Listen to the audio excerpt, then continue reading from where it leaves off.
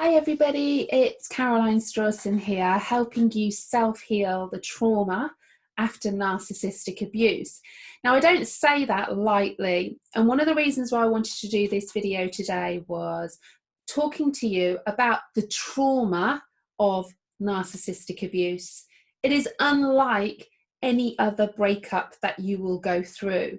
Now, you might be watching this and the narcissist in your life might be a parent, maybe it's a friend or a colleague, or maybe like myself, it was your partner. Now, I want to talk to you about the 4 trauma responses that can happen during and after narcissistic abuse. Now, 3, I'm pretty certain you will know about, but there's a lesser known, one that is not talked about as much, which I think many of you will really relate to. And when I realized this was a trauma response, everything started to make sense to me.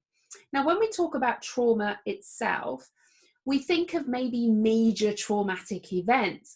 And sometimes this doesn't do you a favor, because you start to think that if you're feeling this traumatized going through narcissistic abuse, that you start to beat yourself up and think, why am I getting on with it? Hold on a second. This isn't right. I should be moving on. I've broken up. Everyone around me is telling me, just get over it, get on with it. And inside you feel like a shadow of your former self.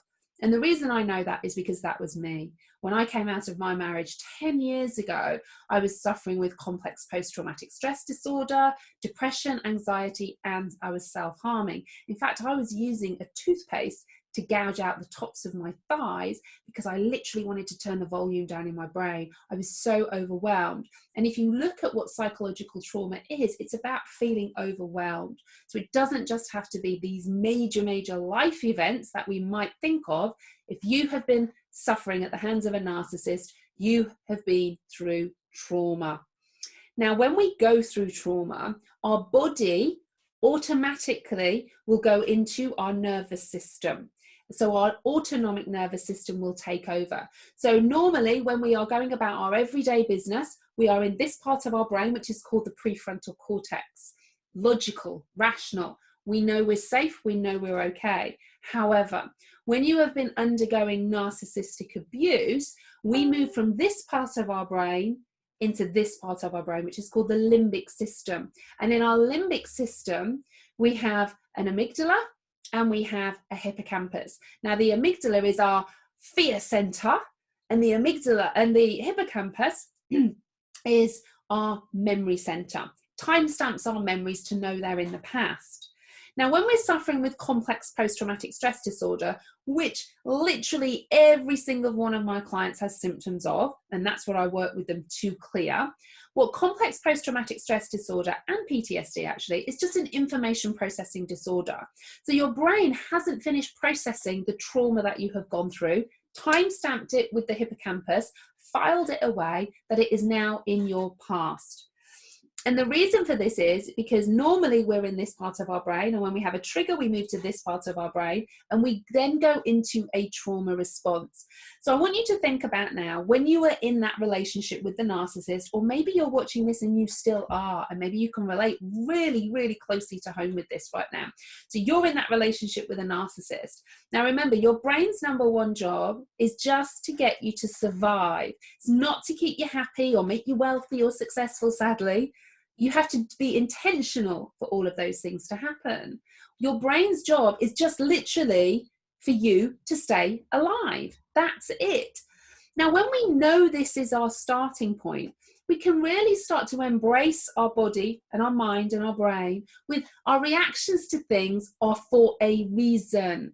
They are for a reason. Now, trauma responses come from the reason why our brain thinks in that moment we are going to die. What is the best way for us to survive in that moment? How do we respond in that moment?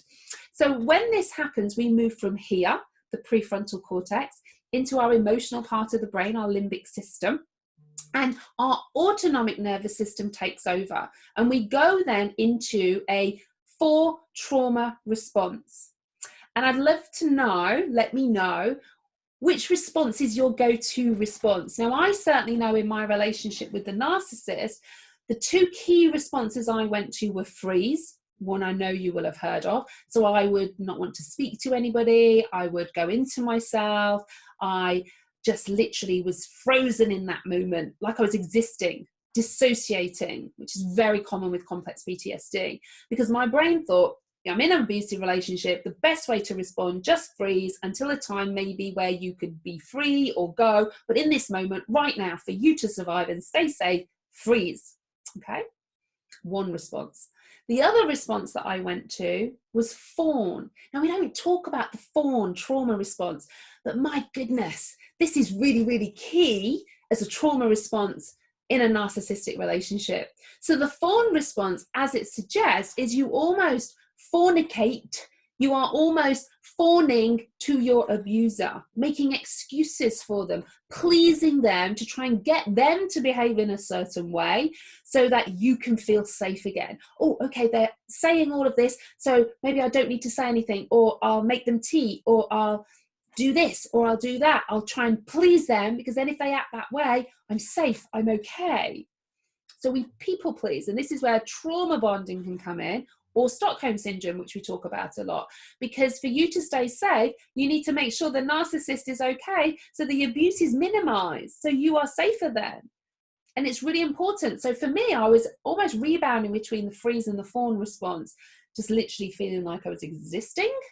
And then in moments where I thought, no, I need this to work, and he'd say something to me, and I would try and be like a fawn to make things all right, to people please. Now, again, this goes all back to subconscious beliefs from childhood and codependencies.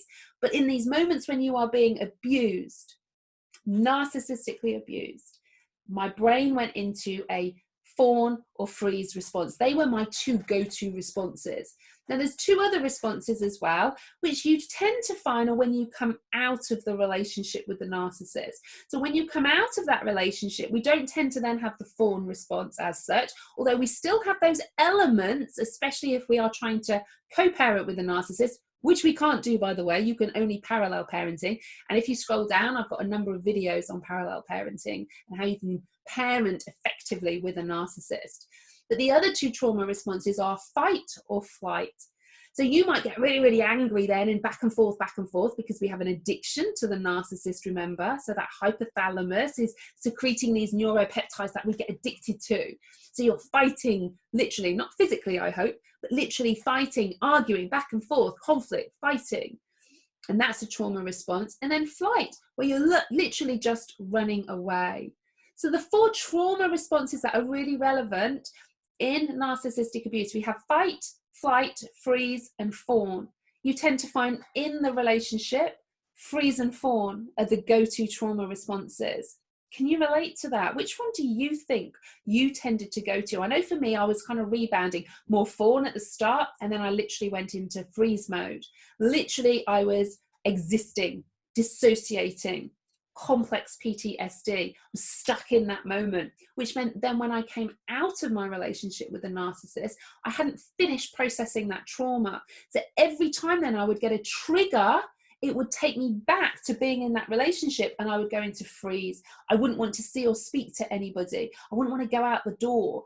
And in fact, I always say the only reason I didn't become an agoraphobic really was because of my children, because I had to take them to school. I had to pick them up because no one else was going to do that. And in some respects, thank goodness, because otherwise I'd probably still be inside and never going out. So it made me actually go out because I was existing, dissociating. Literally, my brain was saying, Caroline, for you to stay safe and to stay alive, just exist, go into freeze mode, dissociate, out of body experience almost, because that's what my brain thought in that moment I needed to do to stay safe. But actually, I was safe. I was okay. I was out of the relationship. But because my brain hadn't caught up with that, the hippocampus, remember, from that limbic system, the emotional part, hadn't time-stamped the narcissistic abuse into the past. It was like it was still present for me. So every time I was having a trigger, bang, I was back in that relationship, in that trauma response of freeze. And it was only when I processed that and worked it through my body, because every time I went into freeze, you can see my shoulders would go up, I'd be breathing here. I was always somebody who did this. I would pick skin on my fingers. Literally, I would go into that freeze response. But it isn't just up here. Remember, trauma isn't up here. It's a mind and body experience. You feel it in your body. And a lot of the work that I do with my clients is around that somatic therapy, working it through your body. A thought is just a thought, but that thought elicits that emotional response, that is triggers for you, the meaning you attach to that stuck trauma held in your body. And to help clear this with my clients, I use a tool called EMDR, eye movement desensitization and reprocessing. So I use bilateral stimulation using the left and right hand side of the brain to really get your hippocampus to timestamp that memory into the past, so that when you get a potential trigger that would have normally taken you straight back, you can then think, I'm safe, I'm in the present. Yes, it was a traumatic memory. It wasn't nice that it happened to me, but I don't get any of that stuff happening in my body. I don't have a trauma response to it. I'm able to think of it. So the trauma responses come from when you're in certain situations, your brain goes, oh my goodness, you're going to die. How do I respond? Fight, flight, freeze, or fawn when you're in that relationship. And then when you're out of that relationship, you're safe, you are okay. Doesn't take away that it can still be very, very challenging. Believe me, I know. But you're not in danger. The lion is not about to kill you. You're safe. But we need to clear all of that and get everything to catch up with all of that too. So I hope that made a bit of sense for you.